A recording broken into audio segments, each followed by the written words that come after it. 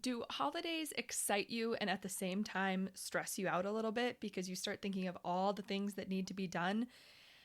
I'm going to share with you 4 tips to help you tackle Thanksgiving this year and still have a smile on your face when it's time to eat. Are you ready to stop the chaos, the stress, the overwhelm that's filling your life? I'm Renae Matt, and together you and I are going to build simple routines that are going to change your life. When you put these habits into practice, you're going to be able to organize your life in a way where you can be there for your family, pay off your debt, save money, your house can stay organized, you don't have to stress about what's for dinner, and you still get time for yourself. So without further ado, let's get started. Welcome to the Routine Advantage Podcast. So before we actually get into the episode, I just want to, I don't think I've talked about this already yet, but on Mondays, that is our new episode day. So if you are wondering when I'm going to be posting a new episode, it's Mondays. So Mondays, I will always have something new for you. And then what I've been trying to do is do kind of a bonus episode and bring you something later in the week. It has been like Thursdays or Fridays, I should say. So I've been trying to do 2 episodes a week, but on the weeks that I can't, it will be Mondays for sure. So that gives you a good idea of when to expect episodes to come out moving forward. The other thing is that tomorrow's Thanksgiving. So we're talking about how to reduce the overwhelm through holidays. So holidays are something. When we are feeling really busy and overwhelmed, that's just day to day in a typical day. So when holidays come in, even though we may love holidays, they can be even more exhausting and more overwhelming. But if you think of a perfect holiday, so let me have you picture this. So you have the house is clean, your kids are behaving, everyone's playing nicely, dinner is set and it's perfect, it looks delicious, everyone is sitting around the table and is happy. This sounds like a really good holiday, right? Now, is that the holiday that you typically have, or does it look more like where you've been cooking all morning and you're starting to get hot and sweaty, which makes you a little cranky because even though you got up early to get ready so that you'd look nice when dinner was finally done, the steam from the mashed potatoes is making your hair start freezing. That happens to me. The dishes start piling up and pretty soon you run out of counter space and the time is ticking away at you because you're running out of time to get everything done. And now it's almost time to eat, but all the sides are done and the turkey still needs 20 minutes plus resting time. Kids might start fighting. Toys are getting scattered. The house is getting messy. Pretty soon your picture perfect holiday is stressful, half warm and half cold. You're in a pretty bad mood and the house is now a mess.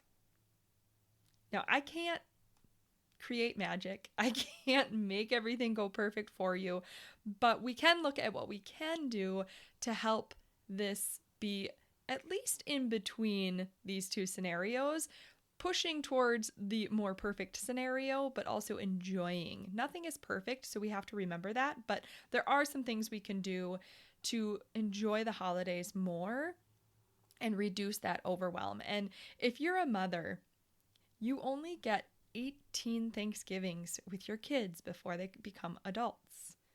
So how many of those do you want them to remember their mom being frazzled and crabby, or instead enjoying your day, noticing the little things that you love, creating those memories that will hold them into adulthood, and then they can repeat their example in their own families? So the first thing that I'm going to tell you to do is to start your morning with something rejuvenating. You may not want your typical morning routine on a holiday, but you still want to do something for you because the day is going to get very busy. So starting it by filling your own cup is going to help you be able to pour into your family more generously. I strongly encourage a quick walk outside. The air is crisp, especially this time of year. It will wake you up and it'll give you that energy boost that you're going to need throughout the day. You could also have a quiet cup of coffee and read your Bible right away in the morning, or maybe pull out your journal and start your day by writing 3 unique things that you're grateful for that you don't typically notice. You want to do something for you that will give you that burst of energy in the morning before you go into the busy day. Number 2, you're going to create a plan. I want you to sketch out a quick timeline. What needs to be cooked and when? What goes first? What time does everything have to go in and what time does it need to be pulled out?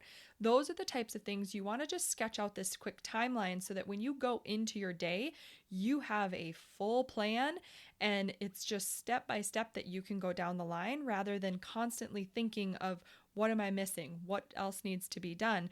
You already have it written. You just have to follow your plan. So that is really, really important to stay less overwhelmed. And then also when somebody wants to step in and help you, you can just have them look right at the list and say, this is what needs to be done next. Go ahead and take it. So that makes it so much easier to reduce that overwhelm during that whole process and make it more enjoyable for you. By creating this plan, you can also determine what can be prepped ahead of time. So if something can't get cooked until later, are there any ingredients that can be prepped ahead of time or in bulk to make it go smoother when you're busy later on? So maybe it's chopping a pile of onions or washing all of your fruit. And the other thing too, while you're creating this plan, is to let your family know your plan and to tell them what you're trying to do. So especially if they are used to chaos on holidays, let them know that you're doing something different and that you want to focus your time together and you want this day to be fun and that you have this plan in place.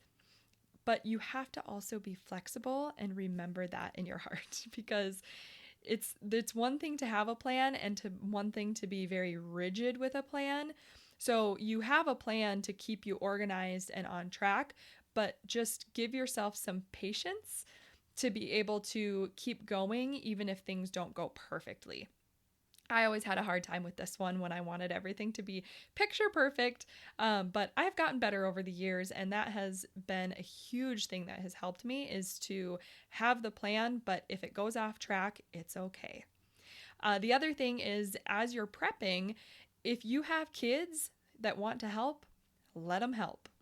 Even if you want everything to be perfect, it's better to help them or to have them come in and help you and create those memories. If you're really concerned about what it's going to look like, maybe let them put like a fruit salad together, or if they're little, have them slice olives with a butter knife, like whatever it is, they can have a section of the kitchen that they can work on. And that not only keeps them busy, but it also starts creating those memories because those are the memories that they're going to remember. Even if it causes a dish to taste terrible, maybe that's even part of the humor. You kind of have to just laugh some things off sometimes. And number 3 is wash dishes as you go. This is huge because you're doing a lot of stuff in the kitchen at this time. So right away, have a sink full of hot soapy water.